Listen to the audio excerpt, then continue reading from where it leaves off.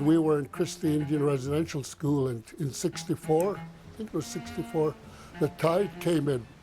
The tide came in probably about, I guess about a couple 100 feet, in, out, about 3 times that I remember, and one of my first cousins again was sitting on a log, or just standing on a log on the beach, and he got taken out by one of the waves, or the tide, and we had to go get a canoe and go get him, because he was drifting out on this big log, But but you hear the stories about how scary it is, and we need to prepare for it.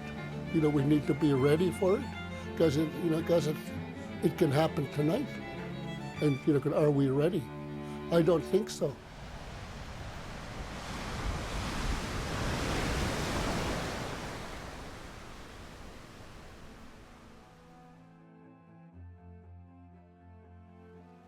On the northwest coast of Vancouver Island, British Columbia, Indigenous peoples have told stories of the great saltwater floods.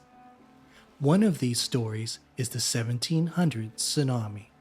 When the tsunami hit our shoreline, it pushed the pebbles up over this hill here, and it spread the pebbles out into the middle of the lake. January 26, 1700. A magnitude 9 earthquake ruptures in the Cascadia subduction zone, producing a mega tsunami so large it reached the top of mountains. It's one of 3 great floods recorded in Indigenous history. Is that we know in our family history that we are the survivors of the last big earthquakes, the big tsunamis, the first one being very, very big, that covered the whole mountaintops with, that earthquake happening, and then the tsunami covered the whole mountaintops. The second was the mountaintops, so we still didn't get covered by the water. The third was that it was pretty well halfway down the mountainside. Hesquit carver and painter Tim Paul reflects on the legend, Earthquake Foot. A hiker, a hunter, a traveler, walking through, the woods up in the mountainsides. Heard singing, and very happy and laughing little guys, dwarfs, inviting them into his house, into their house, inside the mountain. And once they enticed him and got him into their home, into their house, they sang and around and danced around a huge big drum, and asked him to perform with them and dance with them, until he tired and, just dancing and singing, until he stumbled into that big, huge drum and became, inflicted with that disease that they used to call, and at that time, earthquake foot. Was then, whenever he took a step and he was inflicted with that disease, now he wanted to make his way back down Yukon, down towards the village. But every time he took a step, the whole mountainside, land, terra firma began to shake and tremble. Petroglyphs near Port Alberni tell a tale of a mega tsunami. So this is a historical site, petroglyphs, and the carvings on these petroglyphs depict a great flood that washed creatures into Sprout Lake. And if we see here, the central motif is the kakawin, which is what this site is named after. And the kakawin is our orca, a killer whale. And the kakawin was washed into Sprout Lake during a great flood. And so the peoples that lived here observed the orca swimming in the lake. So they made these carvings, stone carvings, to record the history of the creatures that they saw in the lake after the flood. So there's kakowin, there's turtles, there's a depiction of a sea wolf down low. You can't really see, the water's covering it, and different strange creatures which we don't really know what they are. So this site tells a story of that great flood. Right, well, if we look that way to the south, this is the head of Sproat Lake. We call it Alkapur, which means that the water is draining out. So the Sproat River begins there, and that river begins its journey down to the Somas River, which exits out into the Alberni Inlet. So that is the most likely route that the water would have washed its way up to reach here to Sproat Lake. Having endured 13 tsunamis in the last 6,000 years, West Coast Indigenous peoples adapted and developed canoes that could hold a large amount of people.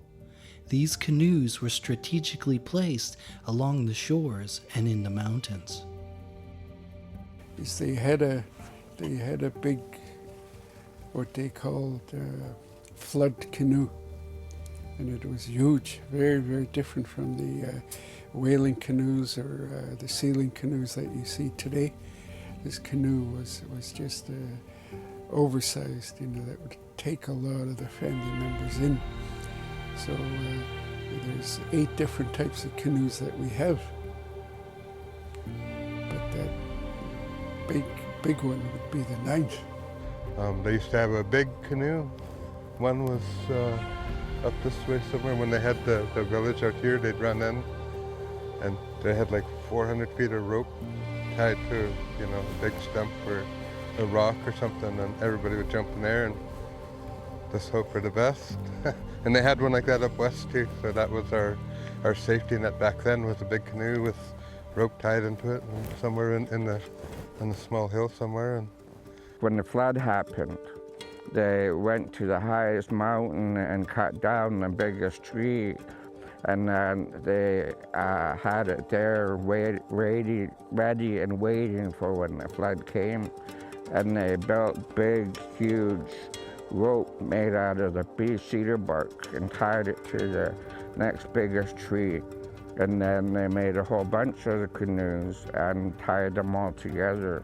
And they wanted to have it on the highest mountain, because when the flood was happening, they needed to go to the highest spot.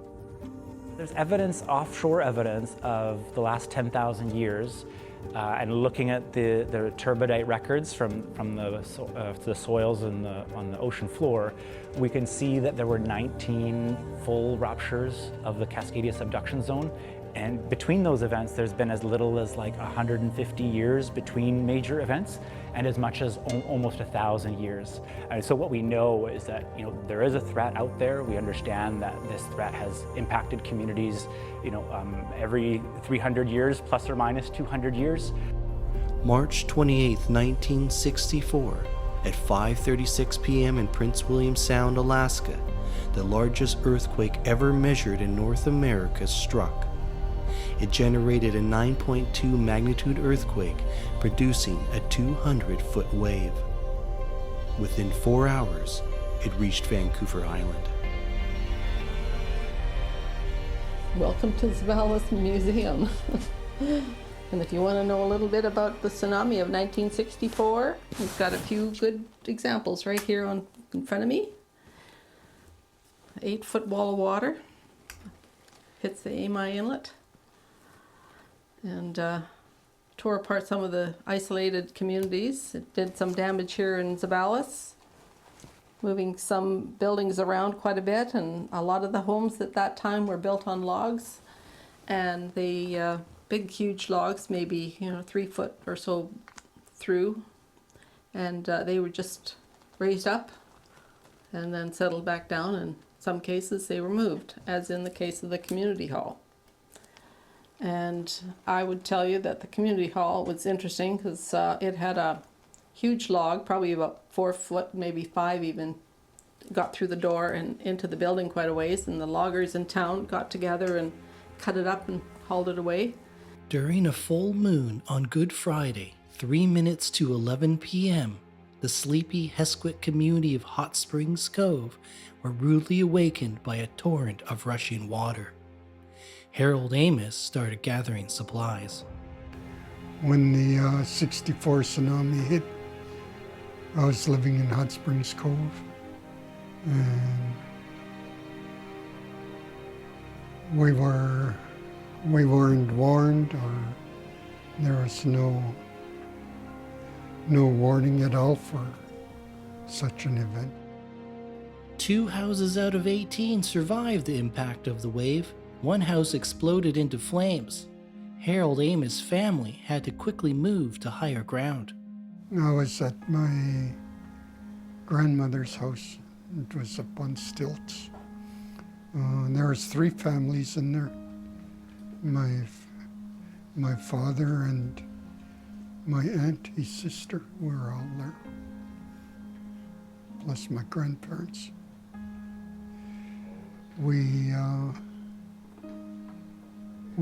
The children carried lighter stuff up the hill.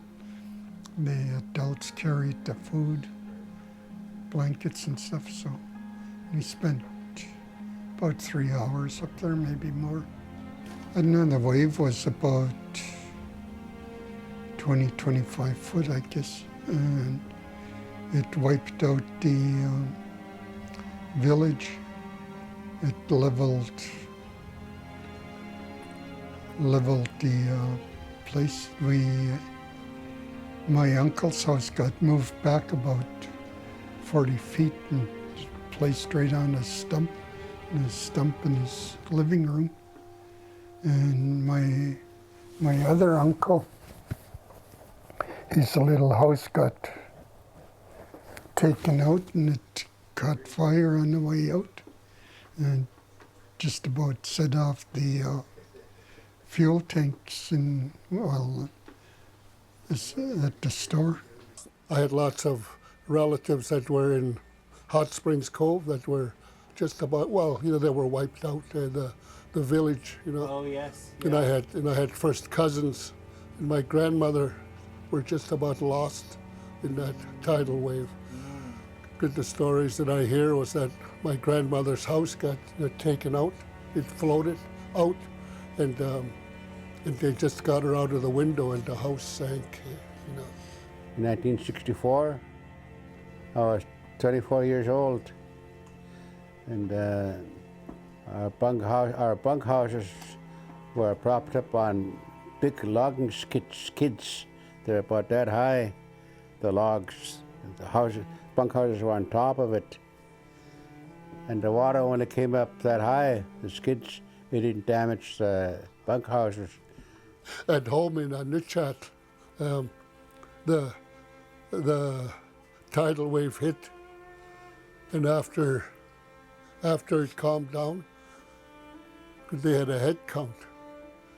Our ta'i with our top chief was missing, and everybody said, "Spread out, look for him, because he's an important person in our community. Look for him." So they all spread out looking for him. Good, they found him in church praying. I think it was a little late for that. 38 hours later, repercussions of the wave was still being felt in the small village of Esperanza. Georgina Amos was attending church with her sisters and noticed the rockfish had been pushed up to the surface. It was on a Sunday, and as a rule, we were always in church Sunday mornings, and during service, we could see the ocean from the window. The tide was coming up really fast. Like, it didn't come in a wave, it just rose really high and went down really fast. And after the service was done, we hopped into a skiff, me and my siblings, and we're paddling around in the inlet Esperanza, between Hecate and Esperanza, and there was hundreds of ground fish floating upside down, trying to swim, and their bellies had come out of their mouths. My sisters were flipping the fish into the boat. We got a boatload of them and brought them over to the hospital where they could process and feed the patients. So a lot of the patients were First Nations. And we just couldn't believe how quick the tide would come in. Something that's really important to understand about tsunamis is that in such event, the event won't be limited to just one wave. It will be a series of waves. And these waves can last several hours. The cyclic incoming of these waves can last several hours to even days. So once the first wave has arrived, propagated, impacted, and then receded back to the ocean, you're not out of trouble yet. When we do a tsunami project like the one we're doing for Strathcona Regional District, what we want to do is create a digital elevation model. So that's like a representation of the Earth and the seafloor. At Ocean Networks Canada, Geographic Information Systems Specialist Mark Rankin is working on digital elevation models for the northwest coast of Vancouver Island. Integrating mapping into sophisticated propagation models allows communities to prepare safety plans based on expected water levels and current velocities. So we take a bunch of different data coming in from ships, coming in from planes, and we map that out into what's called a DEM, a digital elevation model. And this is showing what the seafloor looks like, what the land surface looks like without buildings, without trees, just the bare earth. And because we're working in such a remote area, sometimes data at this quality doesn't exist. So we need to either get a plane out there, get a boat out there to capture data for us, and that's exactly what we did for this project. So there was several maps that were produced as part of these projects. There was maps of the hazard over water, so we're looking at how big is the tsunami wave is going to be in the ocean and how fast the water will be moving as a result of the passing of those tsunami waves. And this is information that is crucial for mariners. This study area is very remote. A lot of the communities, their main access is by boat. If we think of Upsitas or the Cayuquet area, boating from Fair Arbor is the main access. And really what this project is about is to trying to instigate momentum and action around mitigating our risks for the next tsunami. And so for us, understanding what happened in 1964 with the Alaska earthquake and how that impacted these communities, and really having that to a detail with the knowledge of people that survived that event and witnessed that event, but also from what the computer models say and what does the impact look like on communities, and then compare that with what a worst case scenario could look like, which is the Cascadia subduction zone, and how do communities that remember that event from '64 apply that knowledge to the next big earthquake like the 1700 event. I think what stood out in this study the most is essentially how different areas can be affected differently. Because of the geography, you have the open coast, which is basically facing the ocean, and the way the wave will interact in the open coast is very different than how waves propagate inside inlets, for instance. So it's a real study that goes from understanding the hazard, understanding local knowledge, understanding engineering, understanding the science, and then putting it to practical application. What can we as a community do about this risk to improve, again, the outcomes of the next time that we have a major earthquake on the Cascadia subduction zone or in another place in the Pacific Basin that can impact these communities. April 23, 2014, 20 kilometers off the coast of Cayuquet, a 6.7 earthquake rattled the village of Hoopsitas, generating a massive surge of water through the bay. This one was during the day, and the water was rushing right in through the whole bay, coming right out, and it just, on that side was all white water coming in there, and same with over here, and it would just come right up 15 to 20 feet. Like this island would be underwater when it was at its peak, rushing in. And then like 20, 25 minutes later, same thing, it just all rushed right back out. And then you'd see the beach way out there. The whole bay just about dried up then. But every 20 minutes that cycle happened, and it was, I think we've seen five cycles where it repeated that, and then it kind of finally slowed down. In a worst case scenario, when there's a tsunami, we've learned that we have very little time actually, that we actually will shake pretty good. And after the shaking stops, our next goal will just be to get to higher ground. And for our community in Hoopsitas, that really just means getting up to the school. After a number of close calls, the people of Hoopsitas have become leaders in tsunami preparedness. They have widened roads and installed solar panels in case they have to live off-grid. The school is our mustering point and mustering station, and we've also built up a fairly robust emergency equipment storage up there so that we have equipment to last us for a while, because most likely we will be on our own for a little while, and so we have to be prepared for that. We have solar panels, there's diesel generators. They're able to power our community if anything else fails. Sea cans are up there and they're fully loaded with emergency stuff, blankets, water,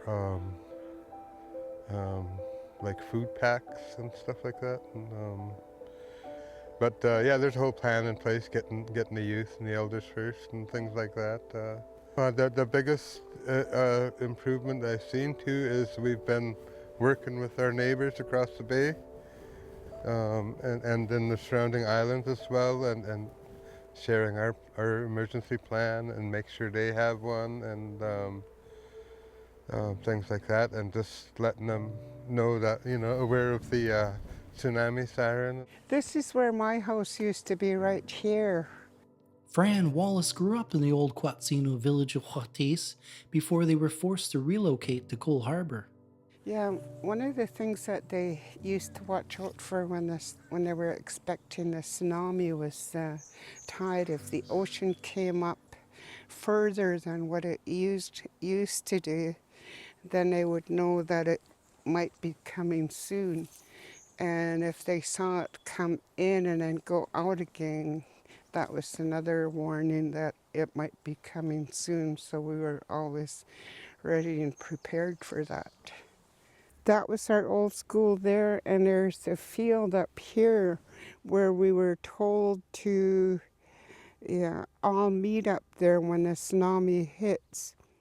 Tsunami awareness is ingrained in West Coast culture. David Wallace talks about how Thunderbird gained his sight to warn Quatsino's 5 tribes when a natural disaster is to occur.